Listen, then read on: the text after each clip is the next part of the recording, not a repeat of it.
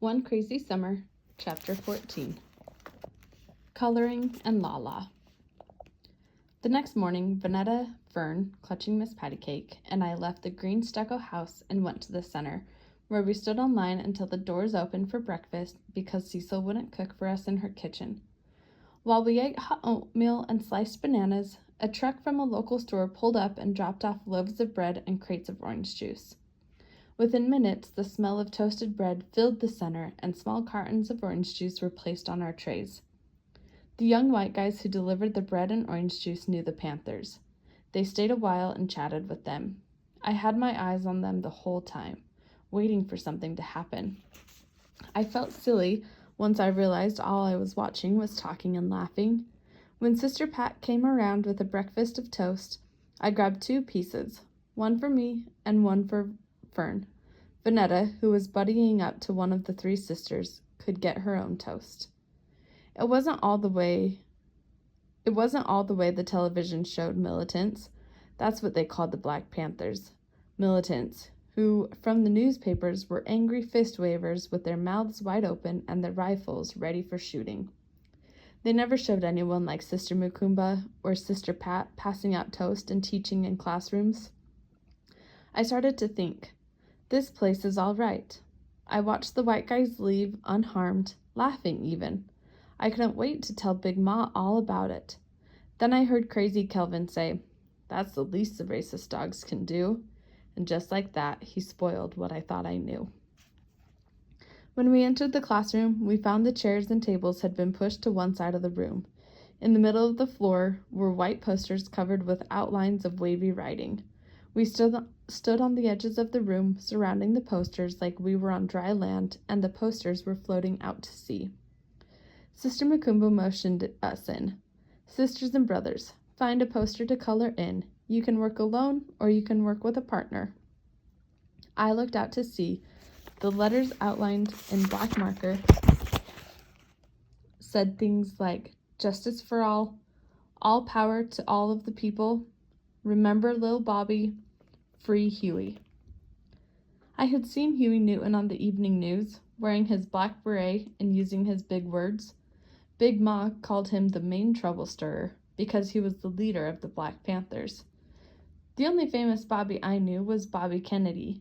Even though Bobby Kennedy had been killed, I didn't think the Black Panthers wanted us to remember Bobby Kennedy. They were talking about some other Bobby, a little Bobby, and I wondered if he had been killed like Bobby Kennedy. Why else would they want us to remember him if he were still alive? Sister Mukumba said, "Yesterday we learned revolution means change, and that we can all be revolutionaries." As she spoke, we stepped carefully between the posters, choosing one and then plopping down next to it. Sister Pat passed around a bucket of magic markers and crayons.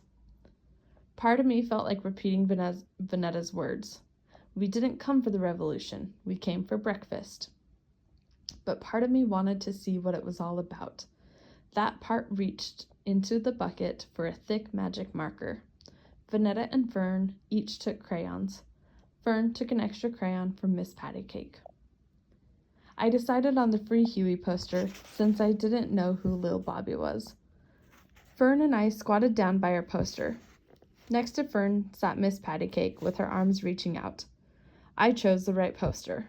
Fern colors small and snail-like. There was no need to grab the sign with a lot of letters since it would be just the 2 of us coloring. Instead of sticking with us, Vanetta ran over to the middle Ankton girl, that was their last name, Ankton, and began coloring with her and her younger sister. I couldn't say I was surprised. Then I heard the middle Ankton girl say, "What's wrong with your little sister?" Vanetta tried to act like she hadn't heard and kept coloring the P in power. "Why she run around with her dolly?" Vanetta, who was loud and showy and crowy, had to swallow her words. "She likes it, that's all." Vanetta now sounded low and small, and it served her right. I watched Fern move her crayon in small black circles. I could hear her singing "La La La" to herself. I recognized the tune. It was the "La La La" part in a song that used to come on the radio. When Brenda and the Tabulations sang "Dry Your Eyes," My sister and I imagined they sang about a mother who had to leave her children. It was the only real indulgence we allowed ourselves in missing having a mother. Brenda and the Tabulations, Vanetta, Fern, and I sang Dry Your Eyes whenever the disc jockey played it on WWRL. So I sang the La La La part with Fern, making nice wall around us to keep that laughing Yankton girl on the outside. We all have our La La La song, the thing we do when the world isn't singing a nice tune to us. We sing our own nice tune to drown out ugly. Fern and I colored and sang, but the middle Yankton girl was determined to break through our La La La wall. She had her own song and made sure we heard it. Your sister is a baby, your sister is a baby. I expected Vanetta to do what we always do, fight back, talk back, pick up her crayon and scoot over near Fern and me. Vanetta sat in a small heap of herself, looking smaller and smaller, letting that Yankton girl sing, your sister is a baby, merrily, merrily, merrily. I stopped filling in Free Huey. I turned and said, shut up, to Vanetta's friend. She stopped singing. That was all it took, and that made me even angrier at Vanetta. She could have done that much for her own sister. The oldest Yankton girl rose up from her Justice for All sign. She said to me, you can't tell my sister to shut up. I gave her a full-out neck roll. I just did. It didn't matter that she was almost as tall as I was and could have been a 7th grader. It was too late to take anything back, even if I wanted to. Sister Makumba was right there and ended it before it grew into anything to stop. She reminded us we had greater causes to fight for than to fight with each other. Sister Eunice, Sister Delphine, shake hands. We begrudgingly shook hands, then returned to our posters. I felt some shame, but I wasn't about to wear it. I was still too mad at Vanetta to be thoroughly ashamed. On the way to Cecil's green stucco house, I said, you're supposed to take up for Fern. Yeah, Fern said. Vanetta said, I'm tired of taking up for Fern. Fern said, just to have something to say back, I'm tired of taking up for you. Vanetta said, you don't take up for me. Do too. Do not. To. Not. I do too. Like when? When you broke the little blue teacup. I could have told. Big deal, Vanetta said. Then she added the Yankton girl's word to let us know who she sided with. Big deal, baby. Fern banged her fists at her sides and was set to leap on Vanetta, but I grabbed her in mid-jump. Y'all just stop it. Fern was near tears mad. I'm gonna tell. Who you gonna tell? Cecil? She don't care about a blue teacup. Big Ma? Papa? They're miles and miles away, and we don't have enough dimes. Who you gonna tell? I said, shut up, Vanetta. And she shut up. That was all it took. I had planned for us to kill time playing in the park until Cecil would let us in the house, but playing in the park meant playing together. Vanetta and Fern weren't ready to play together. I had to keep my sisters apart, so instead we went to the library. Vanetta read her books at one table, and Fern and I read Henry and Risby at the next table. When we got to Cecil's, we put our things, including Miss Pattycake, away in our room. I asked Cecil for some money for dinner, and Fern and I went out to pick up chop suey from Ming's. Vanetta didn't want to go, she said, and that was fine with Fern and me.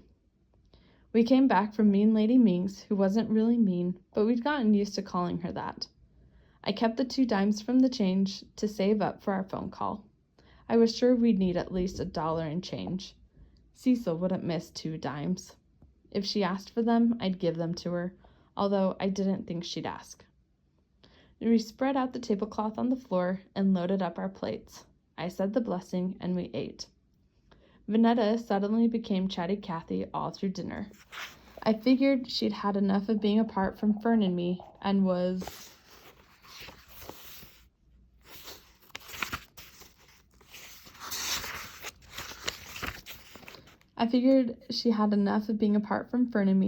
now glad we were all together. But it was too much Chatty Cathy for Cecil, who told Vanetta to stop disturbing the silence and that quiet was a good thing. To that, Vanetta started humming the song on the radio that goes, "Silence is golden, but my eyes still see." Cecil couldn't figure out how Vanetta was hers. Before Cecil did something crazy, I gave Vanetta the look and she stopped humming. After dinner, we headed for our room while Cecil put everything away. For once, I didn't care that she wouldn't let us in her kitchen where her papers hung like wings. I didn't mind not having to wash dishes or mop the kitchen floor. This was the order that we entered the room. Fern first, me next, and Vanetta last. I should have known something was amiss by the way Vanetta lagged behind. Fern and I soon learned why. Chatty Cathy hadn't missed the company of her sisters. Chatty Cathy had been up to dirty tricks. A black magic marker lay on the floor, the same kind I used to color in Free Huey. Vanetta had gone over Miss Pattycake with the black magic marker, leaving pink lips and pink rug circles perking out on a once white face. To tell the truth, Miss Pattycake was never as white as the day Fern got her. After enough biting, dragging around, and loving up, Miss Pattycake was off-white, or light-skinned, as Fern would say. As it was, Miss Pattycake was a long way from her pinkish white self. Fern screamed, louder than she'd scream on the Coney Island Ferris wheel, louder and longer than she'd screamed when the dentist stuck her with the Novocaine needle. Fern's fist never made it to a ball. She screamed and threw her body into Vanetta like a missile flying into outer space. Vanetta and Fern fought all the time, but not like this. Cecil burst into the room and pulled them apart. That was the first time she'd touched either of them. She turned to me. "Why'd you let them fight like this?" I didn't say anything. I just wanted her to come in here and act like a mother, a real one. "Answer me, Delphine." I raised my shoulders up and set them back down. That was my answer. "And you, Vanetta, what do you call this?" She held up her black, scrawled grandbaby to Vanetta's face. "No wonder you couldn't stop lip flapping." To Fern, she said, "You're too big for this anyway." But Cecil still didn't offer Fern a hug. She didn't bend down and wipe Fern's tears. She still didn't call Fern by her name.